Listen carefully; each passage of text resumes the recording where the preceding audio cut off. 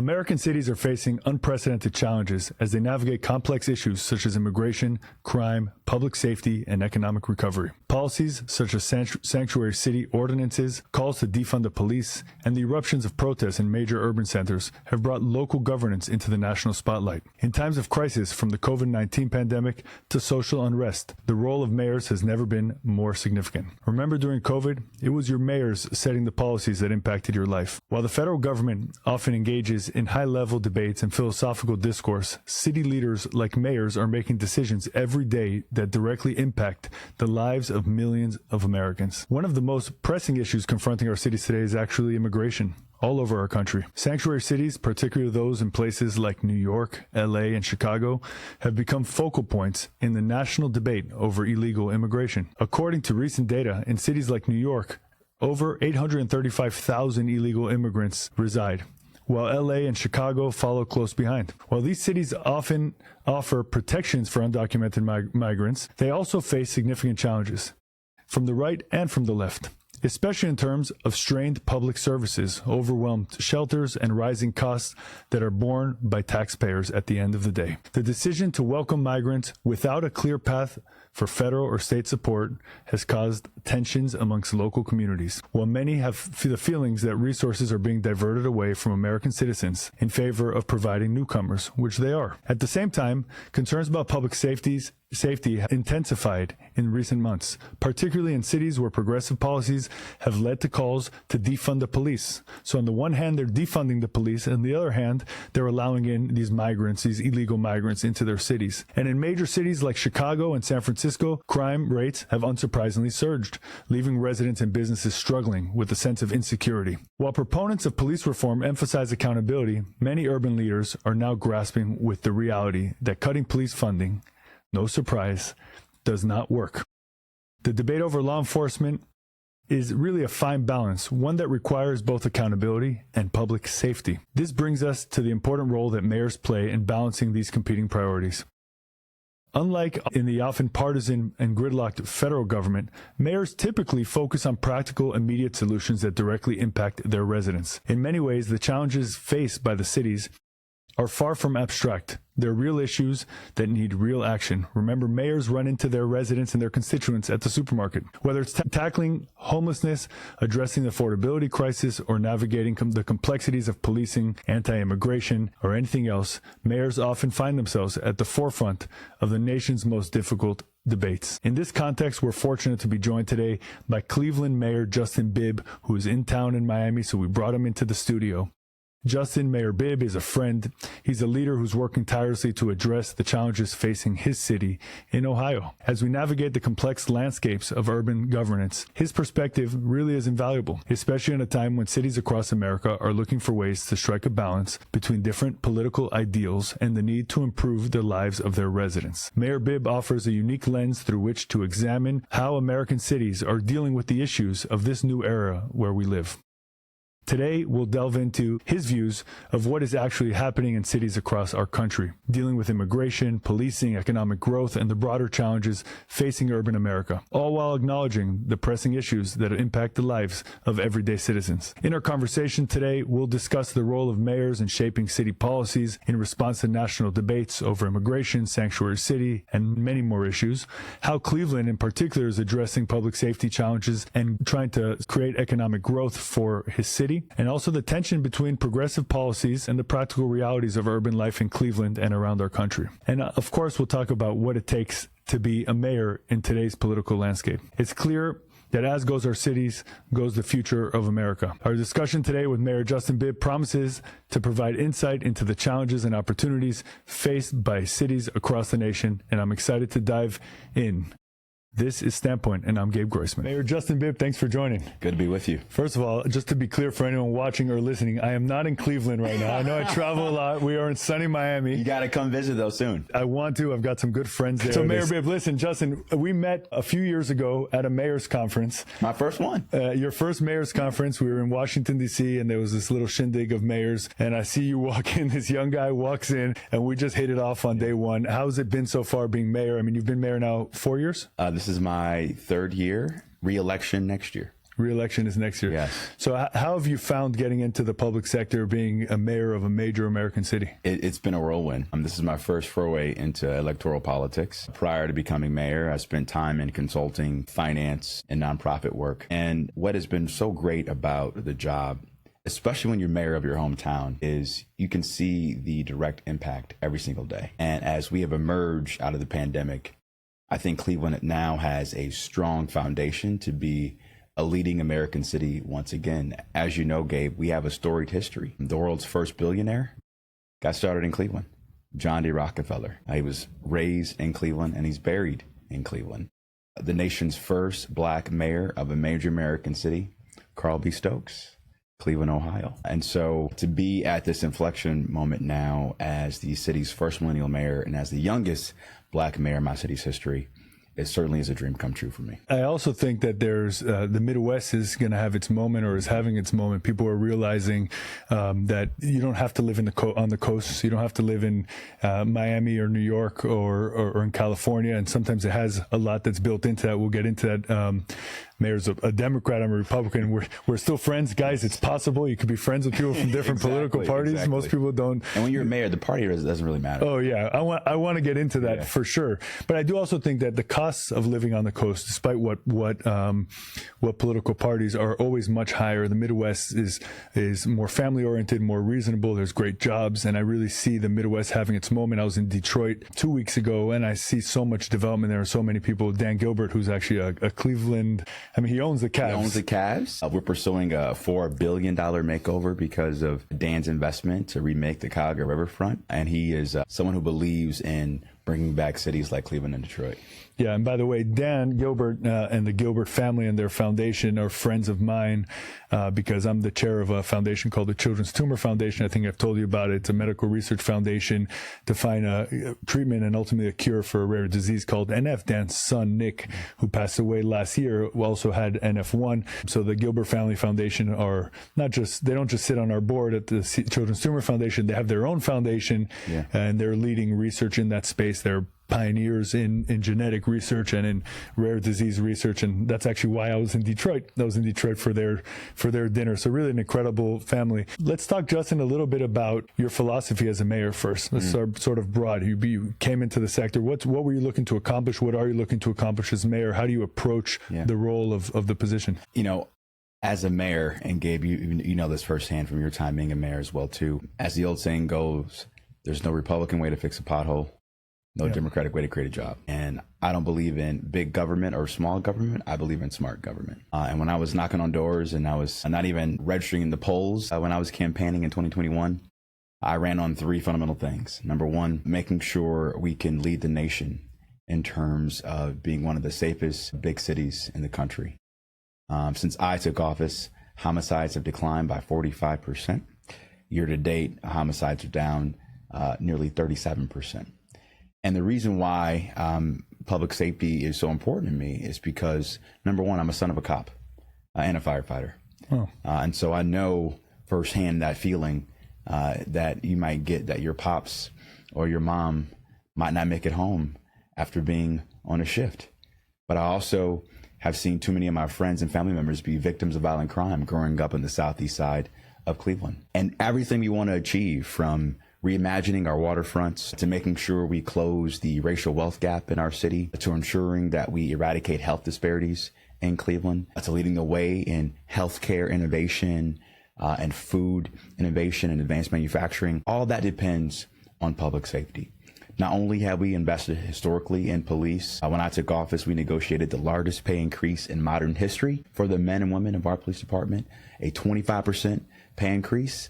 We're also using technology because the way we fight crime has changed in the 21st century. So more investments in smart cameras, more investments in gunshot detection technology like ShotSpotter, more investments in license plate readers to cut down on violent crime. The second thing we campaigned on was being a more modern response to City Hall. I remember I had this big goal of sending out my day one letter like Jeff Bezos at Amazon to all 8,000 employees at City Hall. And it took me nearly 2 days to get my email account set up. That's how outdated our systems were when I took office. Our website had not been updated in nearly 2 decades. We finally got a new website. As you know, most cities in the early 2000s had modern 311 systems where you could call or text or email a complaint to City Hall. We didn't have a modern 311 system. We just got it done earlier this year. And so not only is safety important, not only is building a modern response to City Hall important, but really making sure that our administration set Cleveland up to have a bold, inclusive, dynamic economic comeback. And one of the most exciting things right now happening in America is this new era of American dynamism. And the COVID-19 pandemic has accelerated that because we've learned a couple things coming out of the pandemic. Number one, that we need to make things in America again, not only for our economic competitiveness, but for our national security. Number two, we have to get smarter and better in terms of procuring semiconductor chips in the United States. We have to get smarter and better in terms of climate resiliency. That's why we're pursuing a $5 billion makeover of our waterfronts with folks like Dan Gilbert. And all those things, from safety investments to modernizing city government to making the big, bold economic bets we need to make, those are the building blocks I believe are important for cities like Cleveland all across the country to think about as we write the next chapter of America's economic growth story. So it's interesting. Obviously, it's impressive, all the things you're doing, and why I'm always impressed by you, even though we may have different approaches on certain things, which we can get into now. But is first of all, how much thought you put into what you're doing? Like, we both talk to mayors all the time. Yeah. Once you were mayor, you're sort of in this club that I guess you asked to be in, but you didn't know you were getting into, because you don't realize it's one of the hardest job interviews. No, but there's always camaraderie between mayors, no matter how big the size of the city. Our city was obviously minuscule, especially compared to Cleveland, but you get to talk to mayors, and lots of mayors are photo op mayors who are just looking to get pictures taken. Some of them are actually the opposite. They're pothole mayors, what I call pothole mayors, where they're really just, they're more like city managers than mayors, where they're really in the weeds trying to fix things. And there is a time and a place for those kind of mayors. By the way, usually it's after photo op mayors. You need a mayor that gets in the weeds. Exactly. But you seem to be a nice mix of both, where you're involved in what's happening in your city. Anytime we've ever spoken on anything that's happening in your city, you know it, whether it's in government or in the city itself, which says a lot about you. And just hearing you talk, you've obviously put a lot of thought into it. On the potholes, there are no Republican or Democratic potholes. That's true. And there's a lot of what mayors do that is not political. I want to break down some of the things you spoke about. The first is law enforcement. Obviously, you've taken a good position on law enforcement from my perspective and from most normal folks' perspective, of saying more cops are good. And of course, there has to be accountability. We don't want bad apples to ruin the bunch, but we need to have cops on the street. Good guys are happy when they see cops on the streets. Businesses thrive when they see cops on the streets. And the people who are uncomfortable are the criminals, and they should be uncomfortable. But you've done that in the face of defund the police efforts and different movements. Cleveland is not immune to that. You've had that. So how have you managed the defund the police movement, which, obviously with time has fizzled, because any application of that is a disaster. But how did you deal with that, or how have you been dealing with that effort, specifically when it came to your efforts with law enforcement? I would say this. Number one, a majority of Democrats, I believe, think that was the worst slogan we ever came up with as a result top three of the tragic murder. Yeah, definitely top three as a result of the tragic murder of George Floyd. I don't care what political party you're in. No one wants to see what we saw when George Floyd was brutally murdered in 2020. But I will also say this. I don't care if you're black, white, Democrat, Republican, independent, Green Party, whatever. You want a couple fundamental things when it comes to public safety. Number one, when you call 911, you want the police to show up on time. And number two, you want them to protect your constitutional rights as a tax-paying citizen of this country. And if police step out of line, you want to have a system of checks and balances to hold them accountable. That is fundamental to, I think, what any elected leader should be thinking about in terms of public safety. Now, are there other models of public safety we need to be looking at? Absolutely. That's why I'm really excited about the work we've done in Cleveland, where we've expanded our co-responder model of policing, where social workers are now joining the men and women of our police department to handle nonviolent 911 calls when it requires a social, emotional, or behavioral health professional to be part of that response. My mom is a social worker, so I understand how complex it can be when you're dealing with someone who is dealing with trauma, when they need law enforcement to be involved.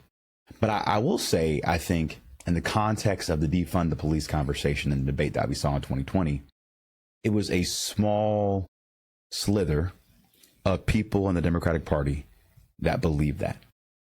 And unfortunately, the media allowed that narrative to become the status quo policy vision for the Democratic Party, where I believe a majority of Democrats, over 90% of people in my party, do not believe in defunding the police. Yeah, whether they believe it or not, and by the way, I'm the first to blame the media on things, but whether it's the majority or not, I think what we're seeing a lot in the Democratic Party, and I think now, I wrote an article about this last week. You probably don't subscribe to the Daily Wire, but that's where it was published. I read it all. You'd be surprised. Okay, so it's there. But we're talking about, it's a moment of reckoning, was what I wrote about for the Democratic Party, where the policies that have made their way to the forefront of the party, and we can go through as many as you'd like, whether they come from a minority or not, that group seems to have taken control of the party to a great extent, and they have to decide. I say they. I'm not a member of the Democratic Party anymore. I was years ago, but they have to decide whether there's always room to come back. Whether the results of the election will make them realize that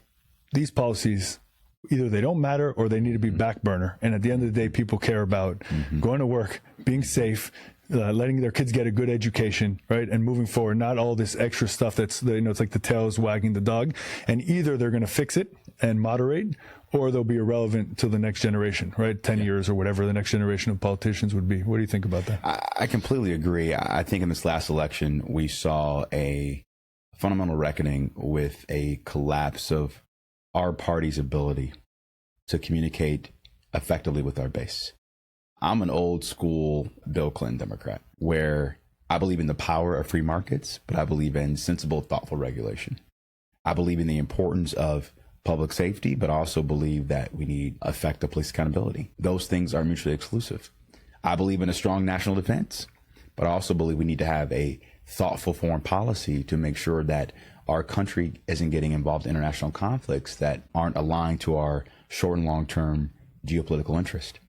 And I also believe that as a party, we have failed to talk about what working class people wake up every single day focused on. It's, do I feel safe going to work? Do my kids feel safe walking to school? Do they feel safe in the classroom? Do we have clean water to drink and fresh air to breathe? Is there a job that I can pay to make sure that I'm getting paid a living wage where I can have a down payment for a home or start a business? We have forgotten how to talk to voters in that way. And we've gotten distracted by these very small cultural issues that undermined, I think, the history and the strong, effective history of the Democratic Party. Most folks forget it was JFK who had one of the largest tax cuts in modern history when he was president, right? We have been on the right side of history for a long time in terms of good fiscal policy. Bill Clinton, working with Newt Gingrich, delivered balanced budgets and a budget surplus. So we know how to do it. We just got to get back to the fundamentals. So there's only one thing I disagree with. And by the way, you're almost a Republican. I don't want to ruin your election chances. No, but you do a great job in your city. I'm sure you'll be reelected by a landslide. But and I mean that because you do a good job. I have lots of friends in Cleveland. Everybody has nothing but good things to say about you, even in the nitty gritty of running your city. But where I think I disagree with you say it's a communication issue. I actually think everything you're saying is right. I think it's a policy issue though, right? So I think if you even read the Green New Deal, which, yes, it never passed, but read it. And it doesn't have to pass because it's already been implemented in Democratic policy because it talks about all these different social issues and how they need to be weaved into every piece of legislation and every policy decision that's made. And I think they've accomplished that on their side, which is to their detriment to benefits of Republicans. But I think ultimately I can't look at the country in red or blue. I need to look at it in red, white, and blue, right? So I want to look at what's better for all our country, our entire country. If the parties moderate, it's good for everybody, right? And I don't disagree with you. I think you're right. Not only is it a messaging problem, but I think, and I would say both parties have fallen victim to this. Sometimes we try to put so much in a policy that we let the perfect be the enemy of the good. Ezra Klein wrote a good piece about this in terms of housing in California, especially in San Francisco, where we put so many amendments on how to build affordable housing, where in most cases where it should have took a year, it's taking 5, 6, 7 years to build an affordable housing project. You've seen that with some of the issues with the CHIPS bill now in my state with Intel. getting the federal funding secured for the CHIPS bill. We, I think, as a party, have to think differently about not only the communication vision about our policy ideas, but how do we create policy that can be executed in a very prudent and effective way. And as mayors, we have a front row seat at what good bureaucracy looks like and what bad bureaucracy looks like. Right. And that's something we still have a lot more work to do around. Yeah, I had Carlos Jimenez, one of our congressmen here, U.S. congressman from South Florida, and he was talking about what the vision is for this next session, and a lot of what they intend to do. We'll see if they do it. There's always a big gap between what they intend to do or say they intend to do and actually accomplish, is to work on deregulation. But instead of going the executive order route, which can then be overturned by the next administration or by whoever else, to actually pass legislation to deregulate things, to let things pass. When thinking about even like big Democrat policies and initiatives, I know a company who got over $200 million grant from the federal government to build batteries. And by the time they negotiated the contract after being awarded the grant and then got through all of jumped through all of the hoops. I mean, just an insanity. They went bankrupt because they didn't have time. These things are so expensive, so capital intensive. So even those policies that Biden was trying to implement, so many of them, it sounds like they put out all this money and they didn't do it. And by the way, a great example of it is EV charging, which everybody wants EV charging out there. There's a debate whether it should be privatized, paid by the private market, or whether the government should thin it. That's a healthy debate, by the way. I do think the government has a role in that to help get Tesla started. He did help to get Tesla started. But there's a whole thing that was like $7.5 billion were spent on EV charging, and 7 stations have come out. It's a little unfair. It's a little too zoomed in, because what happens is, for people who don't know, the federal government awards the money to the states or the local governments. Usually it's the states, and the states then give the grants out. And the process, it's a double bureaucracy, right? And it takes forever. So those chargers will come out. From my understanding, it costs about $1 million per charger. So they'll come out. We're going to see them all over. The money's already been issued, but those bureaucracies are things that need to move out of the way so business can thrive, right? So I wanted to point out one thing that you said and just get your understanding on it. You talk a little bit about, I think you said, healthcare equity and economic equity. There's been a lot of discussion about equity versus equality. My understanding, equality is equal opportunities for everybody to be able to move forward. Equity, which is really a newer term, the way it's being used now, thinks more about equal outcomes as opposed to equal opportunities. Well, how do you look at that? I don't believe that it's equal outcomes. We don't live in a world where that's possible. But here's what I do believe.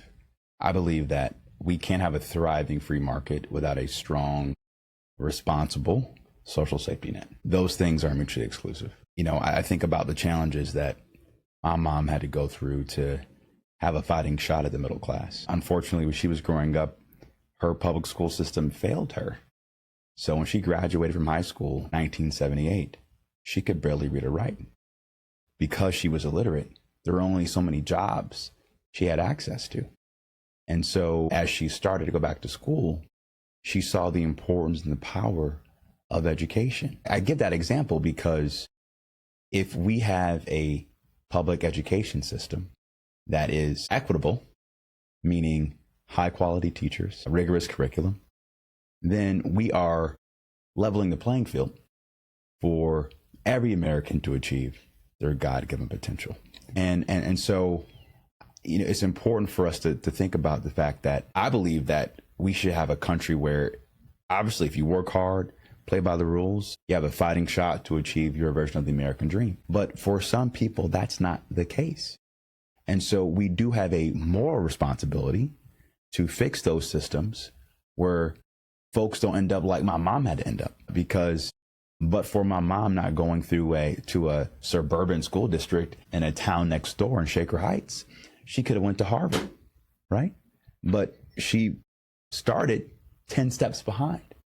And luckily, through her struggle, I was able to get a leg up. And so what I want to make sure we don't lose, especially with this highly charged political conversation right now about diversity, equity, and inclusion, and this attack on affirmative action. I understand the complexity and nuances of it. But as a Black man growing up in this country, and as someone who is the ancestors of people that were enslaved in this country, we still have more work to do to perfect this union. Is America a racist country? No, we are not a racist country. But we still have structural barriers in this country that prevent people who look like me from achieving their God-given potential. And that's a big reason why I got into politics in the first place, because if I can address some of those structural barriers, like making sure that we help to expunge over 4,000 low-level marijuana misdemeanor offenses in my city, so that young black kid from Cleveland no longer has that record on their background, can now start that business, can now apply to go to Princeton or Harvard or Cleveland State University. They can now get that FHA loan to buy a home. But for us expunging those marijuana convictions, that wouldn't have been possible. And so if we take away this, I think, this very partisan rhetoric on both sides and get to the crux of what we're trying to talk about, we're talking about people. And how do we give people opportunity, hope, and dignity to achieve their God-given potential? So tons of things running through my head that I want to go through. I'll go through just a few of them because for sake of time. First of all, your mom did great. Yes. Your mom did amazing. I mean, any parent, what they want is for their kids to do better than them. I have 5 kids. I hope my kids all overachieve anything I've ever done. Just kudos to your mom. I don't know her. I know she and your father did a great job because of the man you've become. I'm not trying to pat you on the back. I mean it. Look where you are and everything you're doing in your career. So your mom doesn't take away from what you're saying, but I do want to say that as a parent, that really jumped out at me. I think there's so many different things in what you're saying on the education side, on the opportunities, 100%. We need to improve our education system in this country, K through 20, right? Even focusing on K through 12. I get it. Universities.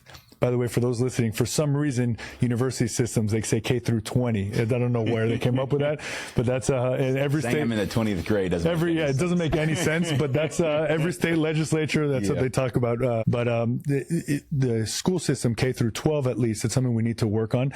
We can have a discussion all day whether it's because of the color of your skin or whether it's an economic issue, whether it was a poverty issue, or what other issues they had historically that have that. But there is no question at all that 2 things. One, the great equalizer in our country is education. Absolutely. And the best way to do it is to improve public school systems all over our country. Absolutely. And we waste so much money in our country on so many things. We should spend it on schools. And we're seeing governors. We saw the states that I focus on professionally, and that Governor Sanders in Arkansas and Governor DeSantis here in Florida increasing salaries for teachers. I don't have the numbers with me, but tremendously in a really impactful way, because what we pay our teachers is embarrassing. So that's a start. But also making sure the facilities are up to par, that they have something to eat, and that they have the right books, and they have computers if they need computers. Those are all things, by the way, that I think there's not one person in public office in any political party that wouldn't agree to doing those things.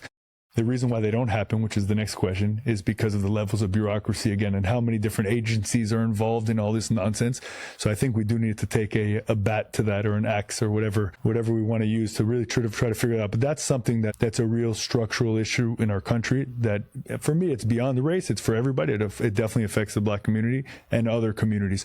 What other issues do you think structurally like that are things that we can work on as a country, or as a mayor, even you're thinking about it, you're in the nitty gritty in a city, to really try to give people equal opportunities to succeed? Well, one of the things I'm really focused on is making sure we give every young person in my city a plan when they graduate from a Cleveland public high school. Not everyone's going to college, and that's okay. And the future of work has changed so much coming out of COVID-19. We had so many of our high school juniors and seniors leave high school during the pandemic because the value proposition of school could not compete with making $18, $19, $20 an hour at Amazon, Target, or Starbucks, or being a teller at Bank of America or KeyBank. And what that tells me is that we need to make sure that we are exposing young people to the power of work and career options, not in high school, but in the later part of elementary school and early in middle school. Because too many young people don't know what opportunities exist, especially in my city. There's an old saying that says, you are what you see. And for many of the kids in Cleveland, I may be the first young Black guy they see in a suit that's not a lawyer, or someone representing them at a social service agency. And they want to know, what does it take to be a mayor? How do I go to law school? How do I go to business school? I had a young kid that I'm mentoring now. He'd been out of juvenile jail for the last couple of years. He's finishing up high school, and he wants to join a union and be a carpenter. So guess what? I hooked him up with the labor leader. to make sure we get him in an apprenticeship program as soon as he finishes high school. And in Cleveland, if you finish up an apprenticeship program in any one of our building trades, you could be making $80, $90, $100,000 a year in 4 to 5 years. That is a great middle-class life in Cleveland. Might be tough in Miami, but a great middle-class life in Cleveland. And so we are trying to scale up that exposure, put support around young people so that they stay in those apprenticeship programs, and give all of our young scholars in Cleveland a pathway to the middle class. Yeah, well, that's incredible. And also, the Amazon and all these companies, I'm sure also have these, it's sort of virtual apprenticeship program. It's not for a trade, but it's to learn a specific skill that then you end up getting a job at the end. And so many of these young, I sound like an old man saying this, so many of these young guys, but a lot of these, still young. Thank you, man. Thank you. That's why I'm growing on my hair. I'm having a crisis. I know. But, a lot of these people out of college are doing this, trying to figure out what to do. And they're going online. They take a course for a month or two at Amazon or Google or one of these Microsoft, one of these large companies, which then, if you do well enough, gets you a job in that space, and the salaries are fantastic. And that's something, even when I grew up and I went to private Jewish school, I had no idea of anything. Nobody talked to us about careers at all. You are what you see. My dad's a doctor. My mom's a lawyer. I looked at my options. One school was shorter than the other. Tried to be a musician for a little, didn't work out.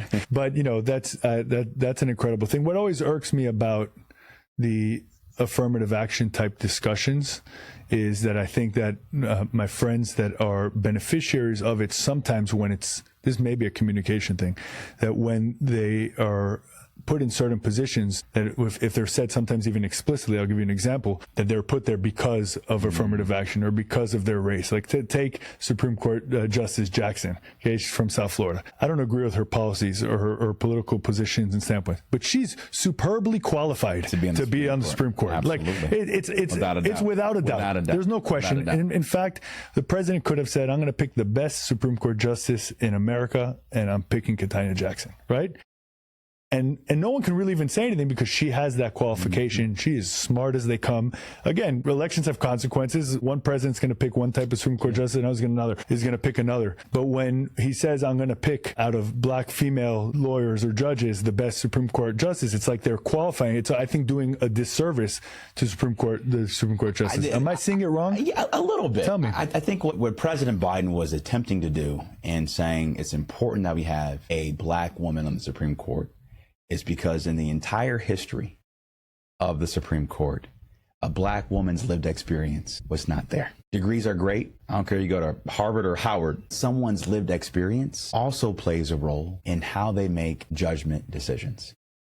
And if you have a bench that is not diverse, if every person on the Supreme Court was a white male who went to Harvard, then they would probably look at a lot of policies in a very similar experience. Now we have a woman who understands the complexities and diversity of this country and is not only taking her rigorous, amazing legal experience to bear, but her lived experience. And to me, that's what this country is all about.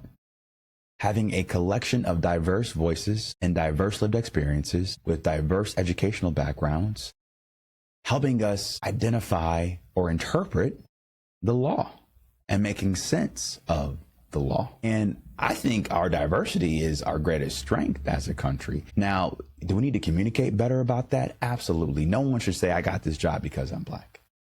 Now, I can say, I got this job because I'm smart, I'm intelligent, I have an amazing track record, and my lived experience gives me a different point of view that's going to add value to this court, value to this firm, or add value to this community. But that's the end, right? That's the end. That's the extra that comes on. But for policies like affirmative action, which was endorsed by a Republican president, Richard Nixon, who helped spearhead this effort, some of these systems would have been blocked, right? Not only for people of color, but for women, because women were locked out of corporate America for a long time. And affirmative action also benefited women, especially white women.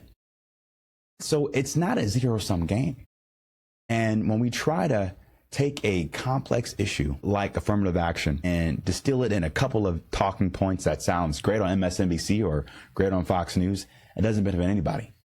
we as a country have to do a better job of understanding the nuance and the context of why these policies need to exist, what makes sense now, what may not make sense now, and how do we move forward to get more people to be a part of what makes this country so great. Yeah, so from my perspective, I agree with much of what you said. I'm a big proponent of diversity. In fact, I remember when I was in college, I'm not so much older than you, but a little bit, everything was about diversity, right? And I always talk, when I talk to Jewish groups, I always talk about diversity. And I say, you have to remember, for diversity to even matter, we have to be diverse. We have to be different. We have to come to things from different lived experiences or whatever terms we want to use. But we come to things with who we are when we come to the table. We sit and have this conversation. I have my history. I have my family from Argentina, was thrown out of Russia and went to Argentina and came here. And my dad came, didn't know how to speak English, still came, did his residency here, had to pass his exam while learning English, and it was an oral exam, and he had no money at all and had to really figure himself out. And all that matters because the way I was raised had that behind it, and had obviously, for me as a proud Jewish person who has a strong Jewish identity, that really had a lot to do with how I was brought up and how I look at things. And of course that matters and it's relevant, where just to go back to the Supreme Court, but we can talk about anything else, not just the Supreme Court. We're talking about Supreme Court Justice Jackson. We're talking about her. We're saying, I would love, if I'm her, if I'm sitting in her shoes, for people to say, I was picked because I'm the best for this position, not because, and I bring a different perspective. Actually, when you explained it, that was great, right? And I bring a different perspective, just like every Supreme Court justice has their own perspective. But my legal mind is as good as anybody else's, and that's why I'm here. And that's always the tension, and we see it in universities and we'll see it in schools. And the question on affirmative action is really, and when you read the Supreme Court's opinion on it, now it's really about, should there have been an expiration date on it? And RBG actually speaks about it. Ruth Bader Ginsburg spoke about it previously, that this isn't supposed to be forever. But I do agree it's not a zero-sum game. And the question is, if we are fixing education, that's a big if, but if, let's say we make as a country an effort to fix education and to make people make sure they have the same opportunities, we should at least yearn for a time when we can be just totally, everyone will have the same chances and the same opportunities, and the best will rise to the top, right? Yeah, that should be the goal. And I think that's the goal of why this country exists. But I also think that if we aren't intentional about sourcing that diverse talent, sourcing those diverse ideas, we cause ourselves a disservice. You think about diversity in the corporate boardroom. If you're CEO of a large consumer products goods company, and your largest segment bases are Latin Americans, you probably want somebody on the board who understands how to sell to a Latin American customer base, right? And so I think all of this work around diversity is not a zero-sum game. And as soon as we make it about them versus us, nobody wins. Yeah, I agree. I think what bothers me the most in public discourse on this is where, for sure, we have a lot of work to do. We always have a lot of work to do as a society. I mean, think of, as a Jewish person, anti-Semitism at the highest level it's been in the last 50 years or 60 years in this country, and really all over the world, right? So it's everywhere. There's a lot going on. There's a lot of things we have to work on. I just recorded something that'll come out next week on anti-Semitism. I mean, the numbers, the figures, the experiences that people are having now are tremendous, right? But our country still has come pretty far, because you're talking about school and you think about work, and affirmative action didn't help the Jewish community, where Greenberg Traurig, one of the biggest law firms in the country, was established by two lawyers because they weren't allowed to get into any other national law firm, so they started their own. All right, and there's a lot of those things. There's a lot to go forward, and I always think Bill Maher speaks about this a lot, which is interesting. But he talks about, like, we have come a long way in the last 60 years. Let's not forget that. There's a lot of work to do, but let's not also forget that we've come a long way. I'm going to shift on one thing because I don't want to forget to talk about this. It's a little less serious, but depending for who it is. I went to University of Michigan, and I did go to American for law school, where you went under. But I went to Michigan, and you know where I'm going with this. American for law school. I did. I was in American for law school, 2003 to 2006. I was there. I was there at the same time. I probably saw you at the gym, because I used to go to the gym at the main campus. Great school, by the way. I really enjoyed my time there. But Michigan played Ohio State last week, and we got our butts kicked. And you guys got your butts kicked. But now what's really annoying as a Michigan fan, and I know it's a total change of pace, but what's what's annoying as a Michigan fan is, of course, we beat you in a year where we're having a terrible year. So all that matters is we feel good about ourselves. That was your college bowl game championship. That's it. Well, there's going to be a banner. We beat Ohio State this year. That's it. 4 years in a row. I know. I was in Ann Arbor 2 weeks ago, and everyone was talking about the game, and they were actually saying they didn't really care about the game because it was such a bad year. We're going to get our butts kicked. But I think Ohio State probably wasn't ready. They thought they were going to get a weak team. And these rivalries bring out the best in the teams, My right? brother actually went to Michigan. Oh, really? Yeah. The first college campus I visited was Michigan. Oh, amazing. Yeah. So I went to Ohio State at the age of 40, 4 years ago, for a game with a friend who's from Columbus, who you know. And he took me there, and I said, I'm not wearing an Ohio State hat. So I wore a black T-shirt and a black cap. You know, I wanted to be neutral. I wanted to be neutral, and I survived. But I do have to give Columbus credit because it's a really cool town. Yeah. And not as cool as Cleveland, though. So I got to go back to Cleveland. I haven't been back for years, but it's a cool town, and the stadium's amazing. The energy in the stadium, there's nothing like Big Ten football, I think. Yeah. Right? So I mean, it really was a cool experience. So Mayor, I was in New York this week. First of all, it was freezing. I don't know. I forgot what it's like to live in the north. 20 something degrees. I was dying. This Miami guy, I forgot. I lived in New York. I lived in DC. I've lived in Michigan. But after a few years, I think you thaw and it doesn't come back. I was actually with Mayor Adams right after he gave his statement where he said that he's going to work with the Trump administration, at least when it comes to illegal migrants that are criminals, that are committing crimes and getting them deported.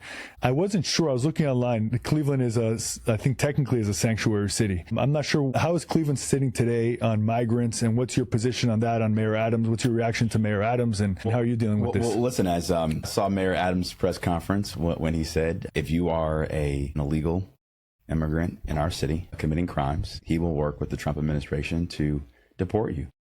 And that has been what the Democratic Party has stood for a while. President Obama had the same opinion. Hillary Clinton had the same opinion. Eric Adams said the same thing in his remarks. Right. We want to be a welcoming country. We are a country of immigrants. Cleveland is a welcoming city. We've taken in a number of folks from Ukraine and Afghanistan and Pakistan, and the list goes on. And I don't want that to stop. But we are also a country of laws. And it's important that hopefully we meet the moment now with the incoming president and Republican Congress to hopefully pass comprehensive immigration reform, because we can't grow our economy and be the best economy in the world without more immigrants being a part of that economy, more people help growing our population to participate in the workforce and the labor market. But at the same time, we got to secure the border to protect Americans. We got to secure the border to stop the flow of fentanyl. We got to secure the border to stop the flow of illegal guns. And to me, this is not a partisan issue. This is about the safety of Americans. This is about the security of our country. And it's about protecting our long-term economic competitiveness. So your city is a sanctuary. That's something passed by your city council? I believe so. Okay, and is that the policy of the city now? I couldn't figure it out. I was trying to read a little bit. If we are deemed by law to be a sanctuary city, but I mean, if someone's arrested, that's an illegal immigrant, or they report it to ICE, or how does it work in your city? I believe they are reported to ICE. Okay. Yeah. So, when you say, and you're right, Mayor Adams, who's also a Democrat and also a friend, by the way, a friend, someone I know very well and have a nice relationship with. I don't have such a personal relationship with him, although I'd like to. He's a great guy. But he said, like you said, Obama had that position, Clinton had that position. You hear their speeches, by the way, today. It sounds like they're Republicans speaking compared to what you're hearing from the mainstream of the Democratic Party today. If you want to tie it back to what we were speaking about earlier, is that somewhere where you think, again, the tail is wagging the dog, the minority is now somehow driving the policy of the overall party? Absolutely. And I was talking ad nauseum earlier this year about the importance of us as a party being strong on protecting the border, securing the border, making sure we talk about what we want to accomplish on immigration reform. I was also talking ad nauseum about us being aggressive about what we've done as Democrats, especially Democratic mayors, on cutting down violent crime in our respective cities. This narrative that Democratic mayors are weak on crime is complete BS, in my opinion. From Cleveland to Atlanta to Detroit, we are seeing Democratic mayors lead the way in innovative strategies and solutions to reduce violent crime, whether it's investing in violence prevention programs, investing in gun crime intelligence centers, investing more in wages and salaries and benefits for the men and women who wear that badge and who are protecting our streets every day. We have been on the front lines to help secure our cities. And so it's a shame that the media has this narrative that we've allowed the Republicans to take advantage of, that Democrats are weak on crime. We've been very strong on crime over the last several years, especially Democratic mayors.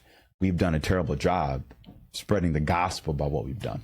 So my only pushback is the following. I think that there's been a swing, right? I think if you think back to 2020 and even a little bit before, well, I wasn't elected in 2020. You weren't there, right? So you came on the rebound of what I'm talking about, right? So we do know, and you're the son of a police officer, so you know this, and you're a mayor, so you know this twice over, that the men and women in blue care about what their chief says and they care about what their mayor says. They really do. It's actually a big surprise. Even my small police department in Bal Harbor, what you say right now on that microphone, if the police hears it, they care, right? They care how you look at what they do and what their job is. And when we were in an era not so long ago, right, 4 or 5 years ago, 6 years ago, where you had mayors, and the majority of mayors in our country, for people who don't know, the vast majority are Democrats. Okay, almost all major city mayors are Democrats. Not all of them, but the vast majority. Okay, when they were making statements that were, let's say, overly aggressive on the police, right, not as supportive as they should have been, even having conversations about defunding the police, right, whether they voted that way or didn't, are also different things. It had an impact. And by the way, it's not just philosophical. You know this because there's been hiring crises all over the country to try to get people to have, it is one of the most difficult jobs, but it's also one of the most respected, and it's a great career. And the career path of a police officer, you do 20 years, and then you go into the drop, you get your retirement, you get another job, because no one retires at the age of 40, right? So you're working twice. By the time you're 60, you have a double retirement pension. You know, it's a nice career, plus overtime. And I've worked with lots of cops, and it's a beautiful career to have. And we talk about the middle class, the American dream. Law enforcement and firefighters, it's great. But as a result of so much rhetoric from so many mayors around the country, we saw the career of law enforcement. We see people take early retirement, which would never happen. Just get me out of here because I don't want to get slammed. Now we're seeing the rebound from that because everybody saw what happened in Seattle and different places where it got taken to an extreme. We're starting to see a rebound from it. So I don't know but that it's Democrat mayors, etc. Of mayors who came out bold with that.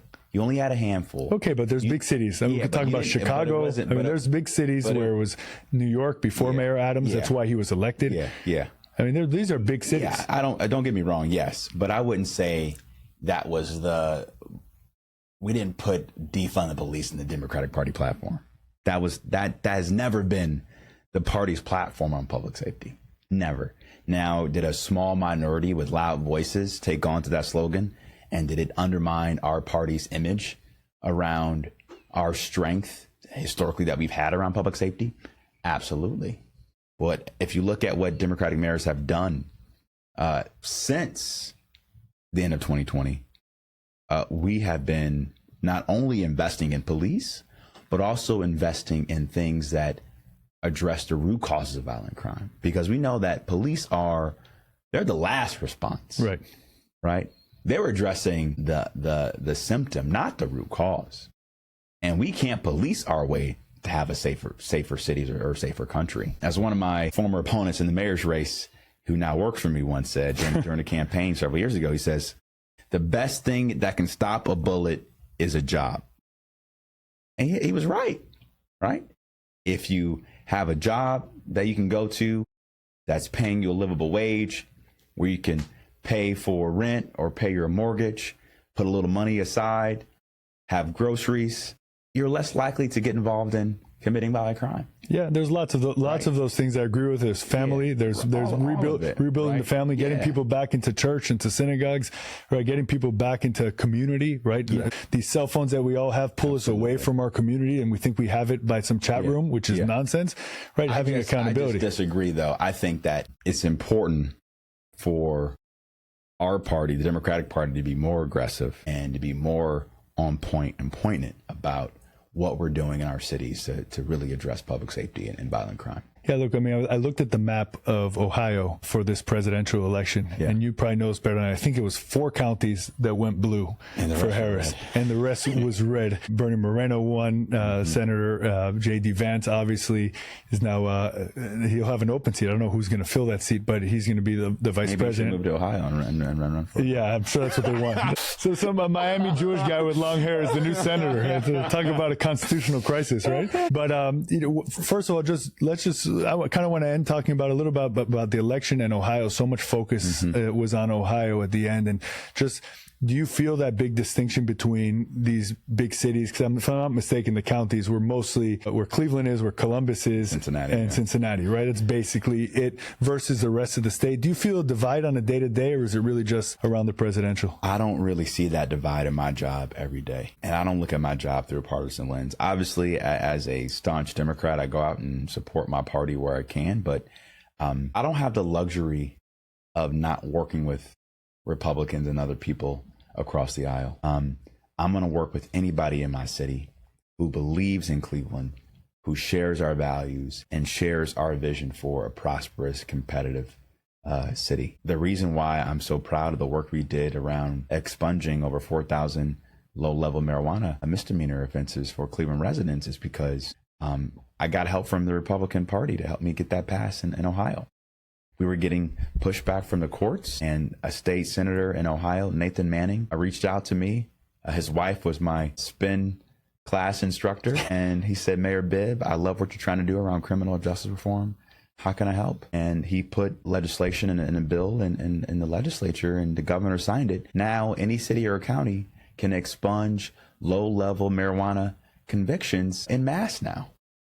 That's a big deal. We have something similar here in Florida, which we did in Bal Harbour, and of course the Republican legislature, where it's not about expunging, but it's about giving and each local gets to decide this, but giving our law enforcement officers discretion if they catch someone with a small amount of marijuana. I forgot what the number is.